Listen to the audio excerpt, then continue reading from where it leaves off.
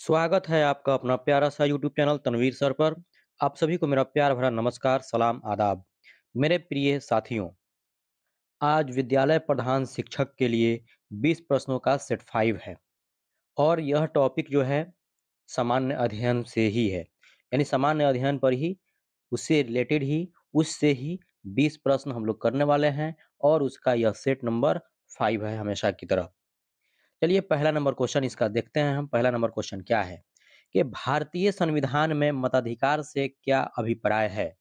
तो ध्यान देंगे जरा सा कि मताधिकार यहाँ कह रहा है, तो मताधिकार का मतलब होता है, मताधिकार से मतलब ये है कि आशय ये है कि लोकतंत्रात्मक शासन व्यवस्था में वोट देने का अधिकार। भारत में मताधिकार की आयु 21 वर्ष थी, परंतु 61वें संविधान संशोधन 1988 द्वारा अनुच्छेद 326 में संशोधन करके इसे 21 वर्ष से घटाकर 18 वर्ष कर दिया गया है। इसलिए इसका सही आंसर होगा ऑप्शन नंबर बी, वोट देने का अधिकार। चलिए नेक्स्ट क्वेश्चन देखते हैं। क्वेश्चन में ये दोनों ऑप्शन है, अमीरों को वोट देने का अधिकार, केवल गरीबों को वोट देने का अधिकार, तो ये दोनों में से कोई नहीं होगा। चलिए हम बढ़ते हैं अब नेक्स्ट क्वेश्चन की तरफ। क्वेश्चन नंबर 2 है, नगर पालिका में महिलाओं के लिए कितनी सीटें आरक्षित होती हैं? तो ध्यान देंगे, नगर पालिका में कुल स्थानों में से 1/3 स्थान, यानी जो स्थान होता है उसमें से, कुल स्थानों में से 1/3 स्थान महिलाओं के लिए आरक्षित किए गए हैं। तो 1/3 ऑप्शन नंबर सी इसका सही आंसर हो जाएगा, 1/3। नेक्स्ट क्वेश्चन की तरफ बढ़ते हैं। क्वेश्चन नंबर 3, 3 नंबर क्वेश्चन है, जो व्यक्ति किसी स्टेट में नहीं रहता वह या तो संत होता है या पशु, यह किसने कहा था? तो ध्यान देंगे, अरस्तू ने कहा था कि जो व्यक्ति स्टेट में नहीं रहता है वह या तो संत होता है या पशु। तो इसका सही आंसर हो जाएगा ऑप्शन नंबर डी, अरस्तू। चलिए नेक्स्ट क्वेश्चन को देखते हैं। क्वेश्चन नंबर 4, 4 नंबर क्वेश्चन है, किसी व्यक्ति के वास्तविक जीवन स्तर का आकलन किया जा सकता है? तो ध्यान देंगे जरा सा कि किसी देश या क्षेत्र की कुल आर्थिक गतिविधियों के आकलन के लिए अर्थशास्त्र में राष्ट्रीय आय और उत्पादन के विभिन्न मापक प्रयुक्त होते हैं, जिसमें सकल घरेलू उत्पाद, जिसको शॉर्ट फॉर्म में जीडीपी बोला जाता है, और सकल राष्ट्रीय उत्पाद, जिसको शॉर्ट फॉर्म में जीएनपी बोला जाता है, ध्यान देंगे, और निवल राष्ट्रीय आय, जिसको शॉर्ट फॉर्म में बोला जाता है एन एन आई। ध्यान देंगे यहाँ पर कि सकल घरेलू उत्पाद जीडीपी, सकल राष्ट्रीय उत्पाद जीएनपी और निवल राष्ट्रीय आय एनएनआई शामिल होते हैं, जबकि जीवन स्तर का आकलन प्रति व्यक्ति आय के द्वारा होता है। इसलिए इसका सही आंसर होगा ऑप्शन नंबर सी, प्रति व्यक्ति आय द्वारा। चलिए नेक्स्ट क्वेश्चन की तरफ बढ़ते हैं। क्वेश्चन नंबर 5, 5 नंबर क्वेश्चन है, प्रथम पंचवर्षीय योजना किस मॉडल पर आधारित थी? तो ध्यान देंगे कि प्रथम पंचवर्षीय योजना 1951 से लेकर 1956 तक हेरोड डोमर मॉडल पर आधारित थी। इसलिए इसका सही आंसर होगा option number B, Harrod Domar model. चलिए नेक्स्ट क्वेश्चन को देखते हैं। क्वेश्चन नंबर 6, 6 नंबर क्वेश्चन है कि भारतीय अर्थव्यवस्था के स्वरूप के बारे में निम्नलिखित में से कौन सा एक विकल्प सही है? तो ध्यान देंगे कि मिश्रित अर्थव्यवस्था, क्या है मिश्रित अर्थव्यवस्था, कि भारतीय अर्थव्यवस्था जो है मिश्रित अर्थव्यवस्था का उदाहरण है। तो मिश्रित अर्थव्यवस्था में सरकारी तथा निजी दोनों ही क्षेत्रों का सह-अस्तित्व होता है। इसलिए इसका सही आंसर होगा ऑप्शन नंबर ए, मिश्रित अर्थव्यवस्था। चलिए नेक्स्ट क्वेश्चन देखते हैं। क्वेश्चन नंबर 7, 7 नंबर क्वेश्चन है, बिहार में धान के फसल उत्पादन में सबसे अग्रणी जिला कौन सा है? तो ध्यान देंगे, बिहार में धान की फसल उत्पादन में सबसे अग्रणी जिला रोहतास है। इसका ऑप्शन नंबर सी सही आंसर हो जाएगा, रोहतास। ध्यान देंगे, धान उत्पादन में बिहार का रोहतास जिला सबसे अग्रणी जिला है, लेकिन धान उत्पादन में बिहार का सिवान जिला न्यूनतम उत्पादकता वाला जिला है। ये हमेशा आप याद रखिएगा। चलिए नेक्स्ट क्वेश्चन की तरफ बढ़ते हैं। क्वेश्चन नंबर 8, 8 नंबर क्वेश्चन है कि महाविस्फोट सिद्धांत संबंधित है? तो ध्यान देने की बात है कि महाविस्फोट सिद्धांत जो है बिग बैंग थ्योरी जिसको बोला जाता है, ब्रह्मांड की उत्पत्ति अर्थात आकाश ब्रह्मांड की ब्रह्मांड जो है उसकी उत्पत्ति अर्थात आकाशगंगा तथा सौर मंडल की उत्पत्ति से संबंधित है। इस सिद्धांत का प्रतिपादन जॉर्ज लैमेत्रे जो 1894 से लेकर 1996 वर्ष के लिए है ने वर्ष 1927 में किया था, जिसे वर्ष 1949 में फ्रेड हॉयल ने बिग बैंग नाम दिया था। इसलिए इसका सही आंसर होगा ऑप्शन नंबर बी, ब्रह्मांड की उत्पत्ति से इसका सही आंसर हो जाएगा। चलिए नेक्स्ट क्वेश्चन देखते हैं, क्वेश्चन नंबर 9। 9 नंबर क्वेश्चन है कि निम्नलिखित में से कौन सा संयंत्र शक्ति तथा खाद दोनों दे सकता है? तो ध्यान देंगे, बायोगैस संयंत्र शक्ति जो होता है यानी पावर तथा खाद दोनों प्राप्त होता है। किससे? तो बायोगैस संयंत्र से। यह ऊर्जा का एक अक्षय स्रोत है। यह कृषि अपशिष्ट, गोबर, नगर निगम के कचरे एवं सीवेज आदि से उत्पादित होता है। इसलिए इसका सही आंसर होगा ऑप्शन नंबर सी, बायोगैस संयंत्र। चलिए नेक्स्ट क्वेश्चन की तरफ बढ़ते हैं, क्वेश्चन नंबर 10। 10 नंबर क्वेश्चन है, इनमें से किसने पहली बार यह व्याख्या की थी कि पृथ्वी के अपनी धुरी पर घूमने के कारण प्रतिदिन सूर्योदय एवं सूर्यास्त होता है? तो ध्यान देंगे, आर्यभट्ट ने सबसे पहले यह व्याख्या की थी कि पृथ्वी का अपनी धुरी पर घूमना सूर्य के दैनिक उदय एवं अस्त होने का कारण होता है। उनका यह सिद्धांत आर्य सिद्धांत यानी सूर्य सिद्धांत में संकलित है।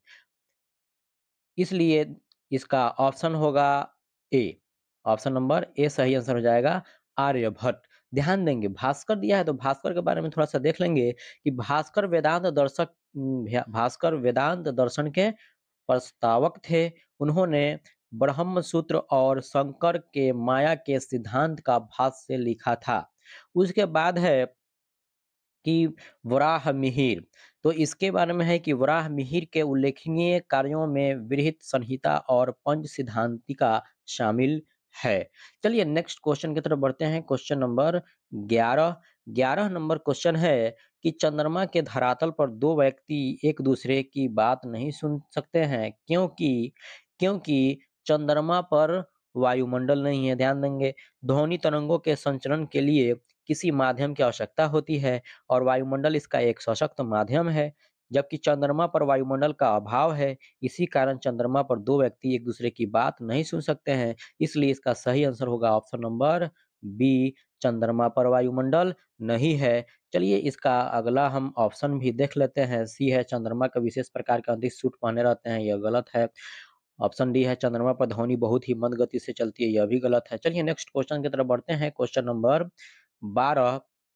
12 नंबर क्वेश्चन है, निम्न में से कौन सा एक समय की प्राकृतिक इकाई नहीं है? तो ध्यान देंगे कि इसमें उष्णकटिबंधीय वर्ष है, चंद्रमास है, मानक समय है, दिवस है यानी दिन। तो इसका सही आंसर होगा option number C, option number C इसका सही आंसर होगा, मानक समय।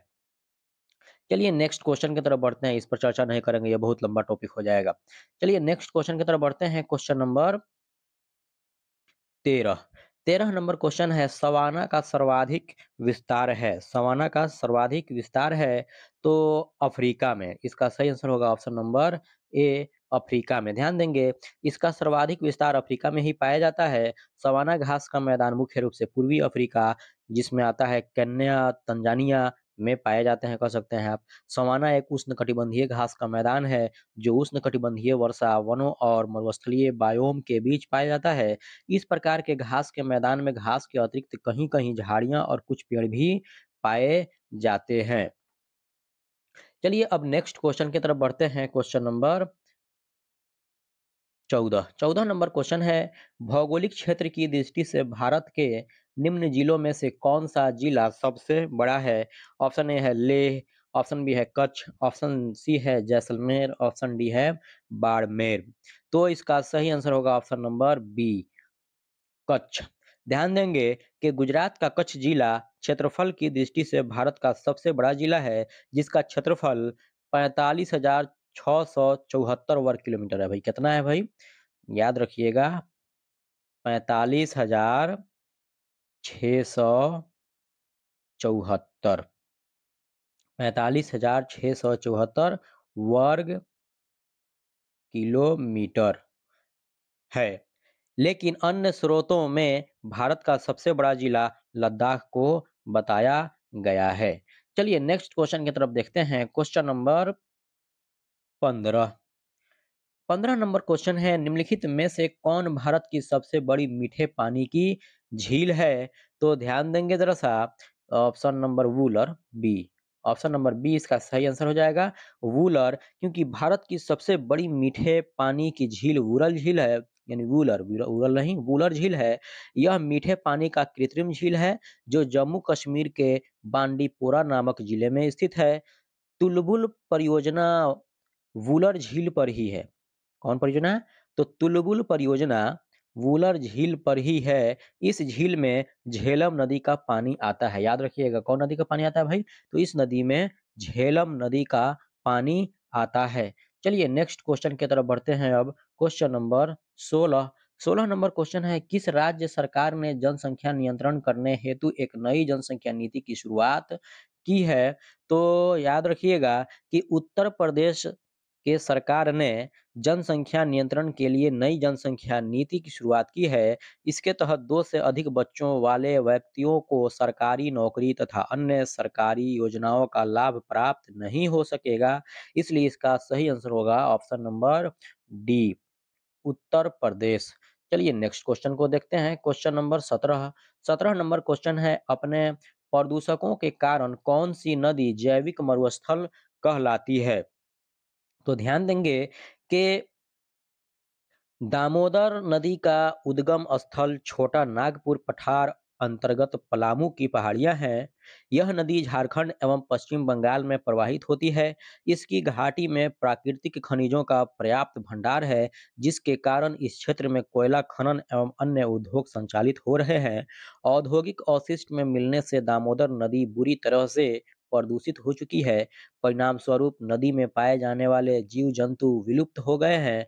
इस कारण से दामोदर नदी को जैविक मरुस्थल कहा जाता है। तो इसलिए सही आंसर हो जाएगा ऑप्शन नंबर सी, दामोदर नदी जैविक मरुस्थल कहलाती है। क्यों कहलाती है, हमने डील भी कर दिया, इस पर चर्चा भी कर दिया, बता भी दिया, आप याद रखिएगा। चलिए नेक्स्ट क्वेश्चन की तरफ बढ़ते हैं। Question number 18। 18 नंबर क्वेश्चन है, राष्ट्रीय पर्यावरण इंजीनियरिंग शोध संस्थान कहाँ स्थित है? तो ध्यान देंगे कि राष्ट्रीय पर्यावरण इंजीनियरिंग शोध संस्थान नागपुर में स्थित है। भारतीय मौसम वेधशाला पुणे में स्थित है। यहाँ पे अभी बात कर रहे हैं, राष्ट्रीय पर्यावरण इंजीनियरिंग शोध संस्थान नागपुर में स्थित है और भारतीय मौसम वेधशाला पुणे में स्थित है, यानी पूना में। उसके बाद राष्ट्रीय वनस्पति अनुसंधान संस्थान जो है लखनऊ में स्थित है।